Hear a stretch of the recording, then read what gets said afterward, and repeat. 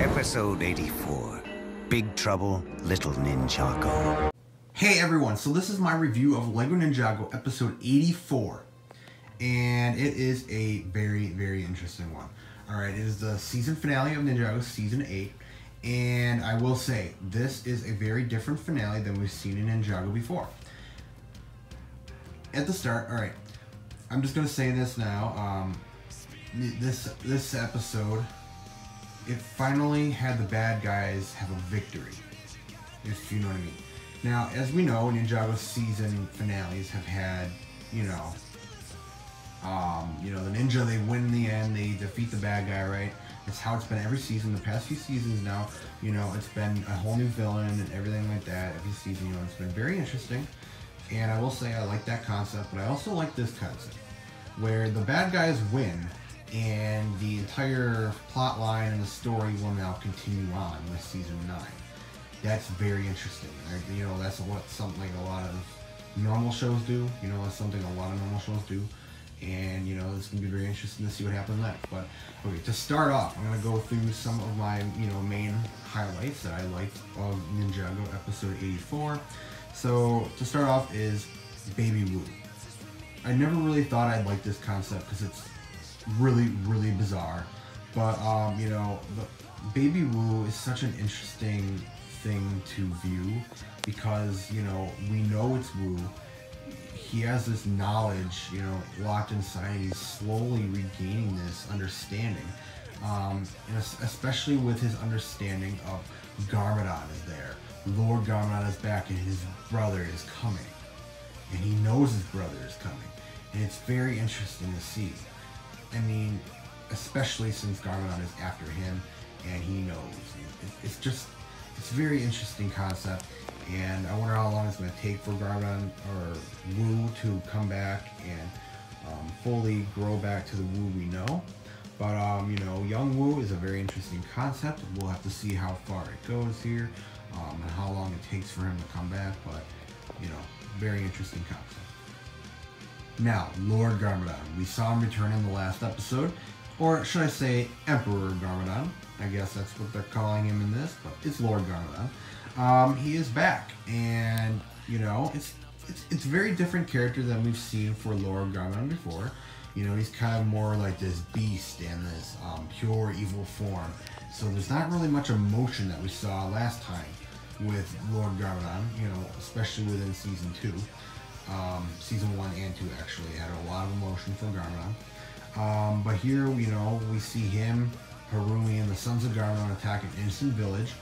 And Garmadon summons up a huge amount of stone and rock and whatever else to form this huge monster, this huge beast that will help him take over Ninjago. And it's it really shows Garmadon's power, the power he now has when he's pure evil here. And it's actually pretty terrifying in a way. Some of the scenes in this episode are very terrifying with Garmadon. It's very dark. It's very, very dark. And it's a very interesting concept. We've had some pure evil characters before, like, say, the Overlord and stuff. But, this aspect is another whole type of character we've seen. So I like seeing this side of things. I'm interested to see how far they bring this Lord Garmadon arc. Because, in the end of the episode, he's still there. He's still, the bad guys basically won. So Lord Garmadon is still there. I wonder how long they're going to drag it out. Or not drag it out, but just have it in the story. So it's a really cool concept, actually. Now to Lloyd. He had some very interesting, parts in this episode. As we know, the last episode he fought his father and he lost badly. And in this episode, it is revealed Miss Stake, the tea lady that they've gone to in previous seasons and in this season. She's really helped out in this season particularly. She tells the ninja, because they have retrieved Lloyd, that the only way to really help him and get him back to normal is to use their elemental powers on him to wake him up. And they do that, at risk of losing their powers, but they do not.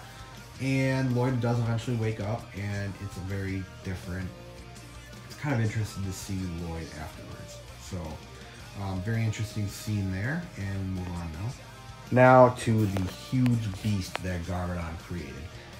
It's just huge, and you know, we've seen plenty of major beasts and creatures in Ninjago. The Great Devourer, the Preeminent, you know, the Overlord himself, you know, as a big dragon. We've seen so many beasts in Ninjago, but this is like another whole level. I mean, it's literally an entire huge rock, darkness, controlled by darkness beast. All controlled by Lord Garmadon. He summons this huge thing, and it is just walking through Ninjago and crumbling buildings. You know, I mean, the last time we saw buildings, you know, just simply being moved around just by, you know, a little push or a shove was the Overlord. He was kind of throwing buildings and items around Ninjago when he was trying to take over in Rebooted. So, very interesting. Very powerful being and beast that Garmadon has summoned, and I'm interested to see, you know, how far they actually extend this, you know, thing. I don't think it's going to last too long because, you know, the focus has got to go on Garmadon. You know, Garmadon is this main character that, you know, I see them really wanting to focus on. So, but it is a very interesting thing to see. Now to Lord Garmadon and Harumi. We kind of saw this, you know, relationship in the last episode where Harumi is kind of, you know, this leader still. She still sees herself as like this main leader. Well, she points out that Lord Garmadon, you know, is the main guy, but she still orders everyone around, and she even orders Lord Garmadon around.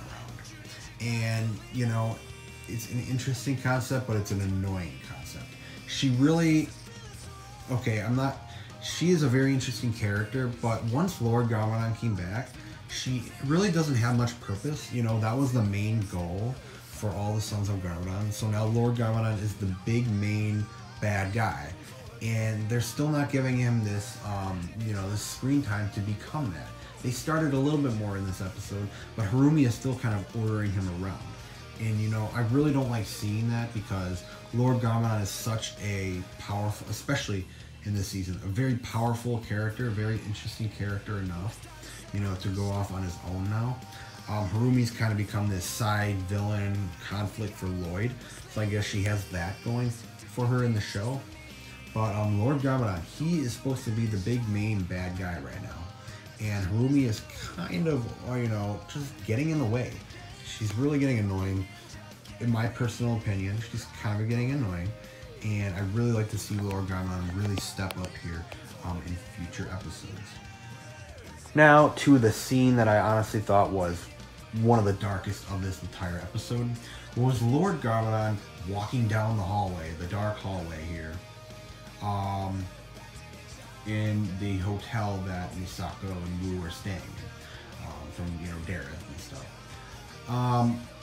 You know, Garmadon is after Wu. He wants to capture his brother, and he goes out on his own to do that. So it's our first, you know, real true sight of this beast, and, you know, how powerful this Lord Garmadon really is, how he responds and acts around, you know, friends and family he's seen before, and he really just doesn't have much emotion. But he does fight Misako and Nia to try and get Wu. But of course, Misako and Nia hand Wu to Lloyd, so Lloyd gets away, and that's another whole problem that leads, you know, ends up happening. But Lord Garmadon fights fights Misako and Nia.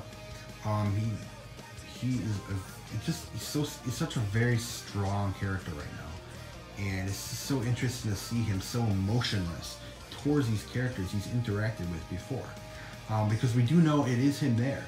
You know, Harumi took him from the departed realm. So, you know, it's very interesting. And I mean, back to the point of him coming after Wu. You know, Wu is right now, he's a baby. Okay, he's a very, very young child. He is a baby. You know, in this dark, evil presence coming to capture him and, you know, take him under. That's very actually dark. It's really, really dark, especially with the scene in the episode. It just really caught me off guard of just how, you know, spooky it kind of was. So, very well done scene there. I really liked it. I'm interested to see what Lord Garmadon does next. Now to the fight with Lloyd and Harumi. You know, they fought before now, and they're fighting again. Also, by the way, Lloyd's eyes are black right now because apparently his power is kind of what had his eyes green. So, you know, it's kind of an interesting concept to see that, you know, his eyes were green with his green energy power. You know, very cool concept there. But Lloyd and Harumi, they kind of fight. Lloyd kind of runs away with Wu. He's trying to protect Wu, and Harumi is also after Wu. The Sons of Garmadon are trying to get Wu, and Harumi, she fails eventually. But you know, I could not help but just absolutely love this Star Wars reference. I really do like Star Wars, and Lloyd and Harumi are kind of on this, you know, this bridge up in the sky, a village. And it's very, very reminiscent of, you know, Star Wars, The Empire Strikes Back. You know, Darth Vader is trying to convince Luke Skywalker to join the dark side, right? Well, we have Harumi here. She randomly blurts out, you know, why don't you join the Sons of Garmadon? You know, we could really use another member. And Lloyd just ends up saying, yeah, that never works out. You know, I really do like the Star Wars reference. That was just awesome. And, you know, we don't get many references like that, you know, outside of Ninjago. So I really liked it. You know, I'm a really big fan of Star Wars. So very funny and cool reference there. And moving on. So this is also, you know, very different. Miss Dake, the tea lady that the ninja have gone to for help, she gives the ninja a bag, and it has something inside of it that will help them later. And in the end, the big monster that Garmadon summons, it begins to crush the Destiny's bounty, and the ninja are still on it. You know, besides Lloyd, he's out there fighting Harumi. The ninja got Wu, and now they have no escape. They can't get out of the bounty in time before this big beast crushes the bounty in its hands. So the ninja open this bag, and it transports them off of the bounty, and right before the beast crushes the bounty, so the bounty is once again destroyed. They do that so much, but you know, there's so many different mystical powers and potions and whatever else in this show. It's just really weird, and there's so many of them. You know, it's very fascinating to see all the new things that they come up with for Ninjago. Especially with this one, because, you know, this one had like weird stars go around them and stuff like that. But it was, you know, it was something we saw that was new, but it was Traveler's Teeth that got them, you know, off the bounty. So, you know, different, you know, visual aspects of showing it off. In the episode, we do also, you know, get to see Lloyd come to the reality that his friends are dead. Now, the ninja did escape, but he doesn't know that. He watched the big beast, you know, Garmadon's big rock monster, crush the bounty. It literally crushed the bounty in pieces in its hands, and he thinks his friends are gone. And, you know, it's a very interesting character advancement, I guess you could say, for Lloyd, because after he realizes they're gone, he stays strong, and he says that that's not going to stop him. This is not going to stop me, and he's going to keep fighting. And he ends up escaping. He gets away to fight, live and fight another day. So he escapes with Misako and Pixel, and they go off. But seeing Lloyd, you know, move on, you know, not move on, but, you know, fight on after apparently, you know, thinking he sees his friends crushed, you know, that's very, very big character development there. You know, in the past, you know, he would have probably frozen up, not knowing what to do, but, you know, I really like seeing that from Lloyd. So big character step for Lloyd there. This whole season's really been a lot of big steps for Lloyd, and I like seeing that. And here we go. The last scene of the episode was, you know, by far one of the biggest. The ninja. Where were they transported? Well, they were transported to like the first original realm of the Oni and the dragon. And that is, you know, the whole, that was like that whole like story that Mistake told the ninja episodes back. You know, they were like the first, it was like the first realm and whatever else. The ninja are now there. And we do know that this is the setup for Ninjago Season 9. The ninja are going to face new different types of villains and threats in this realm that they are in. We don't know how long they will spend the time in this realm, but we do know, you know, at the end we do see dragons. And we haven't seen dragons this season yet.